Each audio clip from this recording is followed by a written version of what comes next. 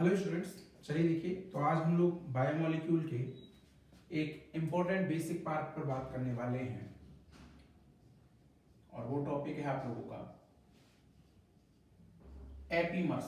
Epimers की आज हम स्टडी करने वाले हैं। फर्स्ट ऑफ ऑल, स्टीरियोकेमिस्ट्री का ये टॉपिक है जो कि बायोमोलिक्यूल से बहुत ज्यादा कोरिलेट करता है। तो पहला चांस तो ये बन जाता है what is the epimers. The stereoisomers which have more than one chiral centres but having different 3D orientation only at one chiral center are known as epimers. It means ये ऐसे स्टीरियोआइसोमर्स है जिनमें आपके पास एक से ज्यादा कायरल सेंटर रहेगा और केवल एक सिंगल कायरल सेंटर पर ही यहाँ स्टीरियोकेमिस्ट्री जो है उसकी 3D कॉन्फ़िगरेशन या फिर बोले तो 3D ओरिएंटेशन जो है वो वेरी करेगा। ऐसे स्टीरियोआइसोमर्स को बोला जाएगा एपीमर्स। इट मींस यदि एक तरीके से देखा जाए तो ऑल एपीमर्स आर डाइस्टीरियोमर्स। जितने भी आपके एपीमर्स है वो क्या हो जाते हैं? डाइस्टीरियोमर्स। क्योंकि ना तो सारे कायरल सेंटर्स का यहाँ पर कॉन्फ़िगरेशन सेम टू सेम रहा, ना ही सबका अपोजिट हुआ जिससे ये इनेंसियोमर बने। तो नॉन मिरर इमेज का यहाँ फॉर्मेशन हुआ और ये हो गए आप लोगों के diastereomers. But reverse is not true. All epimers are diastereomers but all diastereomers are not epimers. क्योंकि आपको पता है दो कायरल सेंटर पर भी यदि चेंज होता है तो डाइस्टीरियोमर्स तो बनेगा लेकिन वो एपीमर नहीं रहेगा। ये एपीमर होता है स्टीरियोकेमिकली। ठीक है, एग्जांपल से देखेंगे अब हम लोग बायोमोलिक्यूल के। The stereoisomers, the stereoisomers which have more than one chiral center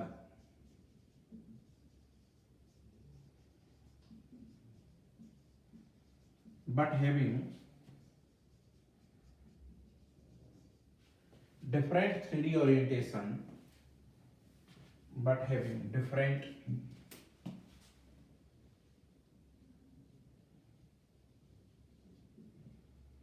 3D orientation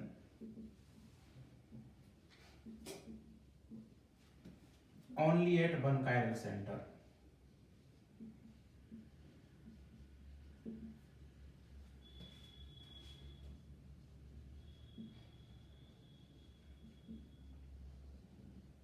are known as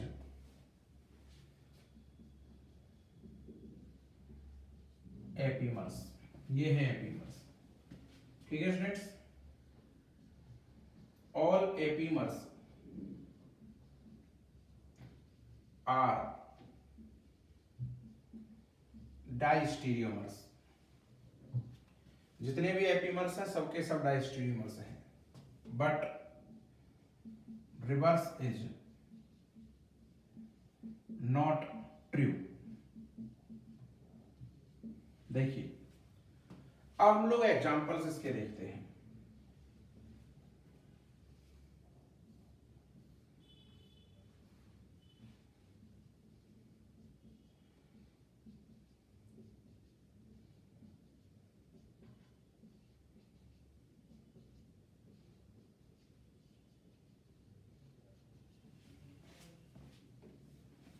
देखिए एग्जांपल्स के लिए यहां बात करें हम लोग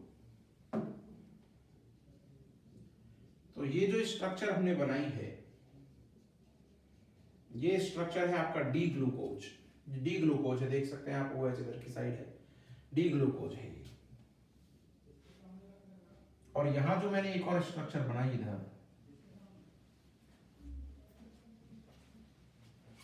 जरा देखें इसे।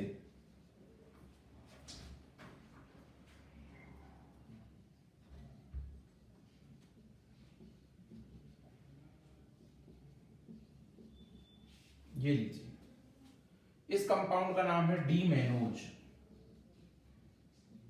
अब आप दोनों स्टीरियोआइसोमर्स को जब ध्यान से देखते हैं तो आपको एक बात दिखाई दे रही होगी कि यहां कार्बन नंबर 2 जो है, कायरल सेंटर नंबर 1 जो है, उसका ओरिएंटेशन चेंज हुआ है, बाकी सबका ओरिएंटेशन एज इट इज रहा है। तो डी ग्लूकोज और डीमेनोज ये आपस में एक दूसरे के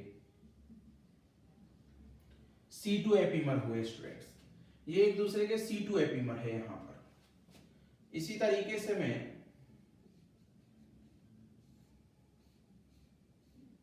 यहां एक ये स्ट्रक्चर और बना रहा हूं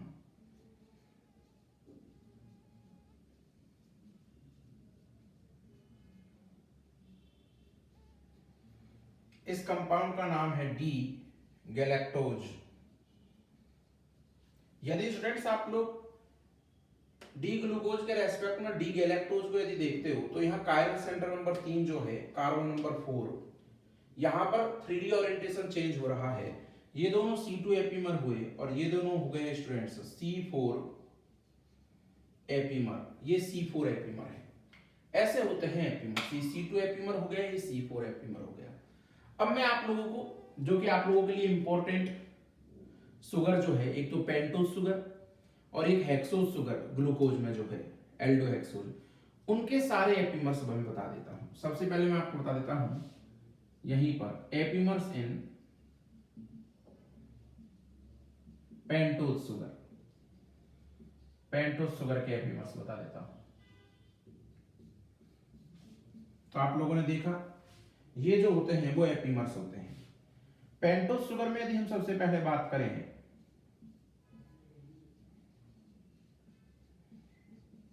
तो यहां पर हमारे पास जो शुगर है वो है ये डी राइबोज, डी राइबोज है ये पेंटोज शुगर। यदि स्टूडेंट्स मैं यहां पर इसका C2 एपीमर बनाता हूं तो इसका C2 एपीमर ये बनता है।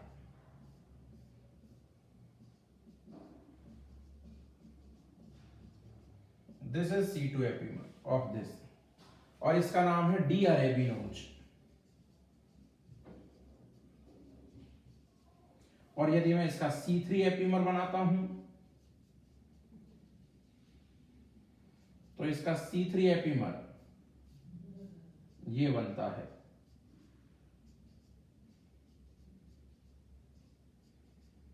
ये इसका C3 एपीमर है और इसका नाम है डी जाइलोज।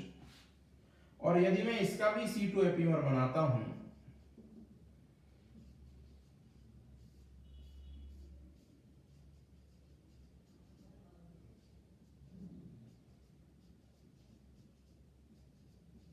इसका नाम होता है डी लाइक्सोज। और आप एक बात देखेंगे, डी अरेबिनोज और डी लाइक्सोज भी C3 एपीमर हैं एक दूसरे के, देख लीजिए भले ही आप।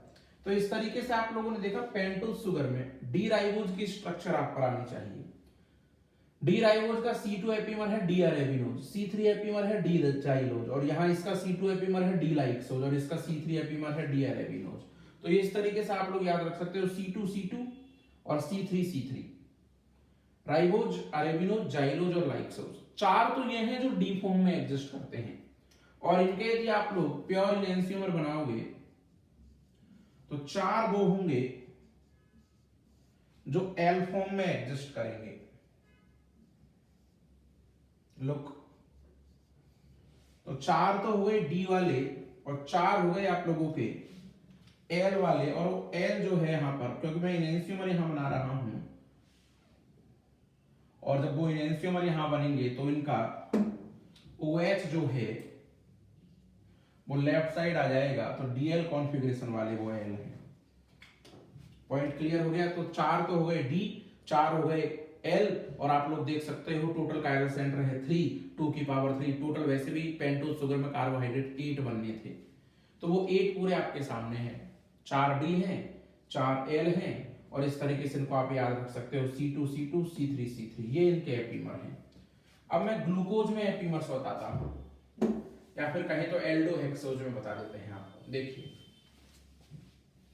पेंटोज के साथ साथ, क्योंकि आप लोगों ने ग्लूकोज की स्ट्रक्चर देख ही रखी है, तो अब मैं यहां केवल नाम ही उनके बता देता हूं, और उनमें जब आप चेंज करेंगे एपीमर के अकॉर्डिंग तो उनकी स्ट्रक्चर अपने आप जनरेट ही हो जाएगी। जैसे यहाँ केवल राइबोज का याद रखने से बाकी 7 को आप 7 जो है आपको याद रह जाएंगे, 4 डी वाले और 4 एल वाले। अब हम देखते हैं एपीमर्स इन ग्लूकोज या फिर एल्डोहेक्सोज में भी।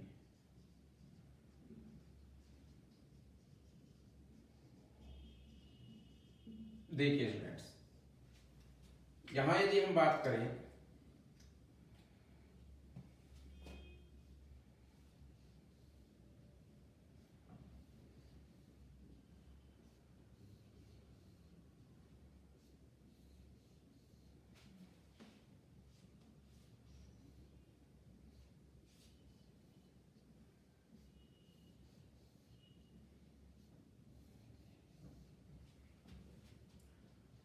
डीआयोडोज,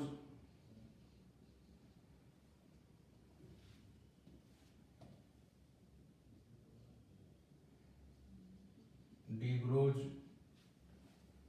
डीटेलोज,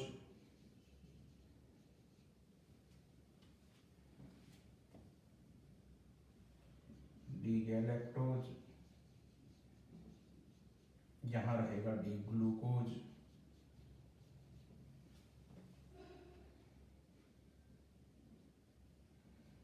डी मैनोज,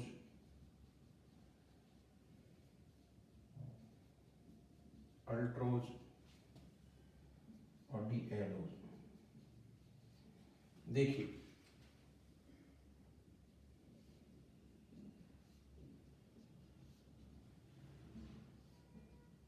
ये सारे आपस में एपीमर्स रहेंगे। बता देते हैं कौन से, आपको आराम से याद भी हो जाएंगे, इस तरीके से बताया जाएगा। देखिए ये है C3 C4 C3 and same here C3 C4 C3 और ये है C2 C2 C2 C2। ये लीजिए हो गया D idose, D glucose, D talose, D galactose, D mannose, D glucose, D altrose, D एलोज।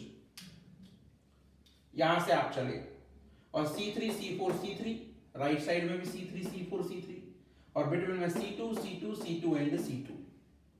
Point clear है? इस तरीके से आपको केवल ग्लूकोज यदि स्ट्रक्चर में आता है तो आप उसका C3 डी एलोज है, उसका C4 डी गैलेक्टोज है, उसका C2 डी मैनोज है और उन्हीं के अकॉर्डिंग फिर C3 C2 C3 उनकी स्ट्रक्चर में आप वेरिएशन करते हैं। बाकी के अदर जो कार्बोहाइड्रेट्स है वो भी बना सकते हैं। और आपको पता है ग्लूकोज में 4 कायरल सेंटर होते हैं तो 2 की पावर 4 टोटल यहाँ 16 कार्बोहाइड्रेट्स बनने हैं।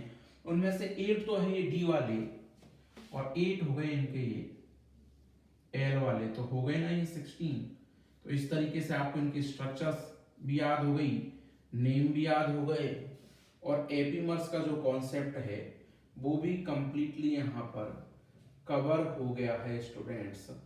ये देख लीजिए ये स्केल हो गए। तो ये बायोमोलिक्यूल का एक छोटा सा टॉपिक जिसके बारे में हम लोगों ने डिस्कशन किया कंप्लीट होता है। Thank you students.